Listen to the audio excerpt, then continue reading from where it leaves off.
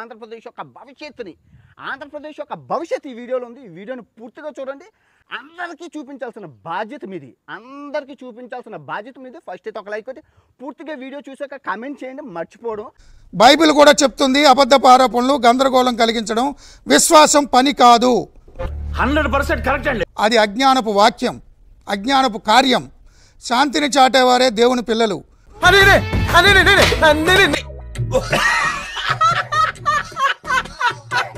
ఇక మొదలెడదామా?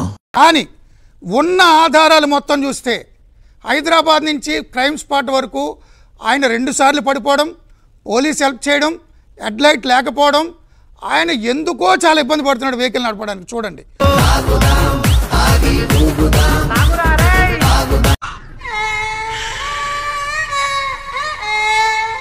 బహుశా sun stroke వచ్చిందా, ఆరోగ్యం బాగాలేదా, ఏమైంది అంత ఇబ్బందిగా తూలిపోతున్నాడు? మందు బాబులం మేము, మందు బాబులం, మందు కొడితే మాకు మేమే మహారాజ్. నేను మందు కొట్టాను కూడా నేను అంటలా.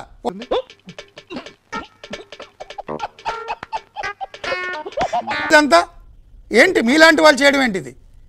మూర్తి గారు ఈ డైలాగ్ ఎక్కడో ఎన్నట్టుంది. ప్లీజ్ మూర్తి గారు చెప్పి తగలడు.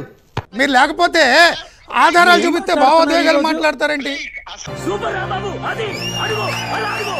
మీరే రెచ్చగొడుతున్నారు. అల్లుడు నువ్వు తగ్గొద్దు, నువ్వు వెనకడుగేయద్దు, మ్యాటర్ ఏంటో తెలిపోవాలి.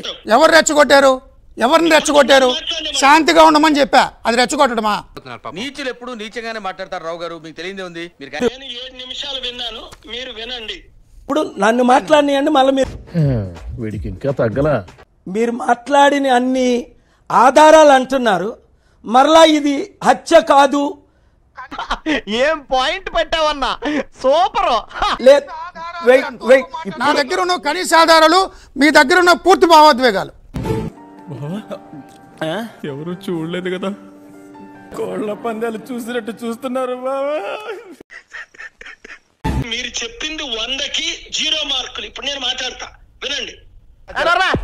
నువ్వేనా పెద్ద కంచి కామకోటి పెట్టకపోతావు అనుకుంటున్నావు? మీ మాటలు ఎలా నేను విన్నానో నా మాటలు కూడా వినండి. అప్పుడే క్లారిటీ వస్తుంది మీకు, ఆడియన్స్ కి. చెప్పు. యాక్సిడెంట్ అని చెప్పింది ఎవరండి? Police SP. ఎప్పుడు చెప్పాడండి? పోస్ట్ మార్టం అయిన రోజుని. ఖతం, bye bye, tata, good bye, గయా. నెంబర్ 2, నేనే గాని శాంతిదూతను కాకపోతే రే నాగరాజు, ఆఖరిలో ఖాయం. మీరు ముఖ్యమంత్రి, హోంమంత్రి, ఉప ముఖ్యమంత్రి మాత్రం నమ్మనంటారు. ఏంటి డిఫరెన్స్? అంటే మీ ఇష్టాలు బట్టి నాయకత్వాల మీద ఉంటాయా? కరెక్ట్ అని అడిగావు బాబు. అడుగు బాబు, అడుగు. చెప్పండి సార్, చెప్పండి. తమకు తెలిసింది అదేగా. మాజీ ఎంపీని గౌరవించాలి, ముఖ్యమంత్రి, ఉప ముఖ్యమంత్రి, హోంమంత్రిని గౌరవించొద్దా?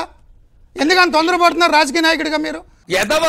ఎదవబావాడు చెప్తే వించావుడు, రాసి పెట్టిందట్లా మనం ఏం మీరు మత ప్రవక్త, రాజకీయ నాయకుడా? తెలియదే. మీకు నచ్చిన వాళ్ళకి ఇవ్వద్దు అంటారు. కాదండి, నేను ఎవరి పాట పాడడానికి మరి ఎందుకు Harshakumar credit? I mean when you are in a deep shit అన్ని మూసుకొని కూర్చోవాలి తప్ప పాటలు అవి కనీస ఆధారాలు సేకరిస్తున్నారు, పోస్ట్ మార్టం వచ్చే వరకు ధృవీకరించట్లేదు. మీరు ముందే ధృవీకరించేస్తున్నారు హత్యని. మీరేనా హర్షకుమార్ అని? ఎవరైనా? మీకున్న బ్రెయిన్ కి, మీ తెలివితేటలకే మీరు సుప్రీం కోర్టుకే జడ్జి అవ్వాల్సి. మీరు ఏం సంకేతం ఇస్తున్నారు సమాజానికి? ఓర్పు లేదా, సహనం లేదా? రెచ్చగొడతారా సమాజాన్ని? వీడు ఈ టైప్ లో తగిలాడేంటి? కాదు, మీరేంటి మనిషి మారిపోయారు. కాదు, మీరు భావోద్వేగాలతో మాట్లాడుతున్నారు, నేను ఆధారాల గురించి మాట్లాడుతున్నా. మీకు ఆధారాలు ఒకటి లేవు. అరుస్తున్నాడు భయ్యుడు. మీ దగ్గర ఏమున్నాయి చెప్పండి.